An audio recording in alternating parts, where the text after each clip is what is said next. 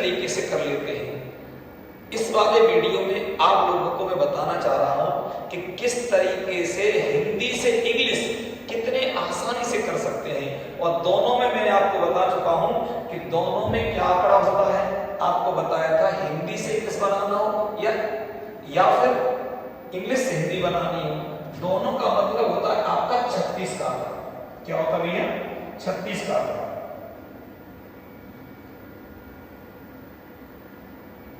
इसे 36 का आंकड़ा नहीं बोलेंगे, 36 का आंकड़ा। 36 का आंकड़ा का मतलब विरोधी, एक दूसरे के विरोधी। मैं फिर कह रहा हूं आप लोगों से, हिंदी और इंग्लिश आपस में एक दूसरे के विरोधी होती है। इनमें 36 का आंकड़ा होता है, इनमें 36 का आंकड़ा होता है, एक दूसरे के विरोधी होते हैं। आप साथ साथ में ये समझते चलना, कल हमने बताया था केवल इंग्लिश और हिंदी, इंग्लिश और हिंदी या हिंदी या इंग्लिश, हिंदी या इंग्लिश ये होती है।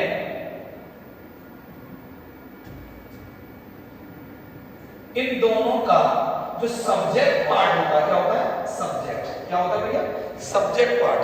वो दोनों का समान होता है, वाक्य में पहले लगाया जाता है।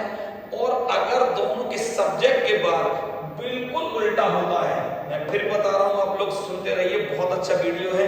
आप लोग बहुत ही इजी तरीके से हिंदी से इंग्लिश बनाना सीख जाएंगे। तो सबसे पहले आप देखिए, मैं आज इतने बड़े सेंटेंस को, इतना बड़ा सेंटेंस है, कितनी चुटकियों में इसकी इंग्लिश बना लेंगे।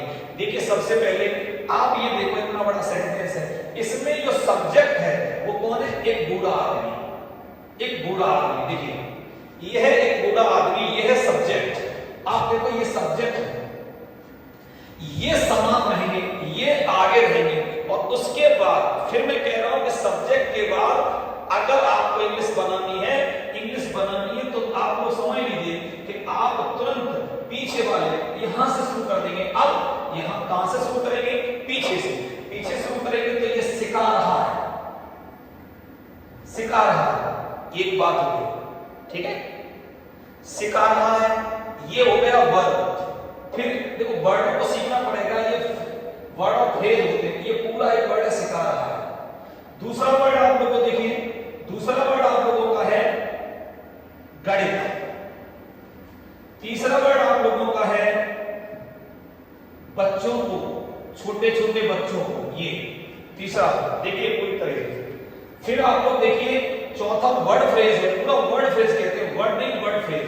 चौथा आप लोगों का है, ये देखो बेटा, चौथा आप लोगों का है पूरी लगन के साथ, पूरी लगन के साथ। और फिर देखिए बेटा आपका ये वर्ड, फिर देखो बेटा आपका ये है अपने परिवार को पालने के लिए। एक ये आपको अपने परिवार को पालने के लिए, ये वर्ड फ्रेज है। फिर देखो बेटा एक वर्ड फ्रेज आपकी हो जाएगी, एक छोटे से मकान के अंदर। ये वर्ड फ्रेज होगी पूरी, छोटे से मकान के अंदर। फिर एक आप लोगों का वीडियो, एक वर्ड फ्रेज हो जाएगी शिपहावाद में। क्या हो जाएगा बेटा? शिपहावाद में, शिपहावाद में। फिर क्या हो जाएगा भैया?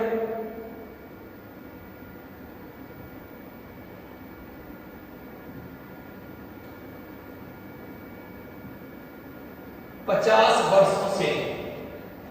अब आप गिन सकते हो कि आपके पास कितने शब्द हो गए। फिर मैं आपसे बताना चाह रहा हूं इतने बड़े सेंटेंस में कितने वर्ड फ्रेज हो गए।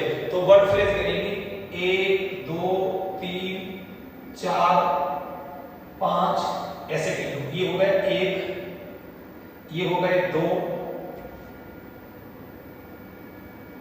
ठीक है, और ये हो गया 3, और ये हो गया यहां से लेके ये हो गया 4, और ये हो गया यहां से लेके यहां तक हो गया 5, और यहां से लेके यहां हो गया 6, और ये हो गया आपका 7, और ये हो गया 8, ये हो गया 9। केवल 9 वर्ड आपके बने, 9 वर्ड फ्रेज बने। आप कितने आसानी से इसको इतने बड़े सेंटेंस को लिख सकते हो। देखिए कितने आसानी से आप लिख सकते हो। तो मैं शुरू कर रहा हूं। तो आपको बताया था एक दूसरे में 36 का आंकड़ा होता है, एक दूसरे में अपोजिट होते हैं। तो सबसे पहले हमें क्या करना होगा, आप इसको किस तरीके से करेंगे, बहुत अच्छा तरीका है, बहुत अच्छा तरीका है। आप बताइए सबसे पहले हम क्या करेंगे, एक दूसरे के विरोधी जो होते हैं, एक दूसरे से अलग होते हैं, तो सबसे पहले हम सब्जेक्ट रखेंगे। तो सब्जेक्ट हो गया एन ओल्ड मैन। देखिए आपका एक बूढ़ा आदमी, इसको रख दिया। दूसरे नंबर पर हम क्या रखेंगे, सिखा रहा है, सिखा रहा है, क्योंकि अब मैं यहां से सीधा पीछे जाऊंगा, क्योंकि इंग्लिश और हिंदी आपस में अपोजिट होती हैं, एक दूसरे के विरोधी होती हैं। अब मैं सीधा जाऊंगा, सिखा रहा है। अब सिखा रहा है तो किस टेंस का वाक्य है, 50 वर्षों से प्रेजेंट परफेक्ट कंटिन्यूअस। तो क्या हो जाएगा, an old man has been teaching. देख लीजिए आप लोग, सिखा रहा है बन गया, an old man has been teaching, सिखा रहा है। अब नंबर किसका आता है, गणित, टीचिंग मैथ्स या मैथमेटिक्स, ठीक, मैथ्स सिखा रहा है छोटे छोटे बच्चों को। अब नंबर किसका आता है, देखिए इसको बता दिया, फिर तो गणित, फिर उसके बाद छोटे छोटे बच्चों को, छोटे छोटे बच्चों को, तो young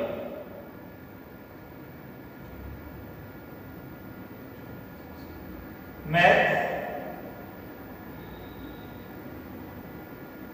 to young children, young student कर सकते हैं, यंग चिल्ड्रन कर सकते हैं। अब क्या है, पूरी लगन के साथ, पूरी लगन के साथ, विद फुल डेडिकेशन,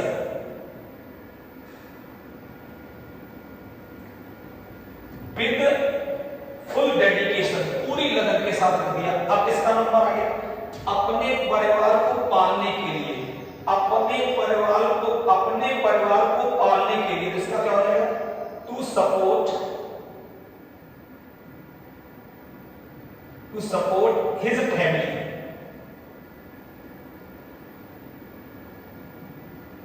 देखते ना बेटा, to support his family, number से रख रहा हूं। देखिए आपका नंबर पहला ये था, हमने 9वां पहले रखा, फिर 8वां रखा, फिर 7वां रखा, फिर पूरी लगन के साथ रखा, फिर अपने परिवार को। अब किसका नंबर आएगा, एक छोटे से मकान के अंदर, एक छोटे से मकान के अंदर।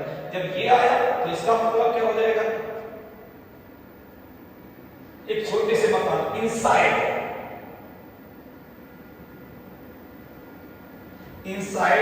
ए स्मॉल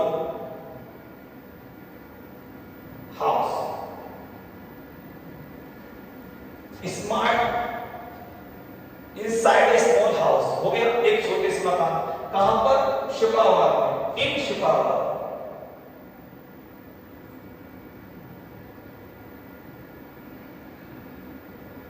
अब इसका नंबर है 20 वर्षों से, 20 वर्षों से फॉर 50 years, for 50 years। आप बताओ, है ना जादू, है ना जादू। आप लोग बताइए कितना आसान है।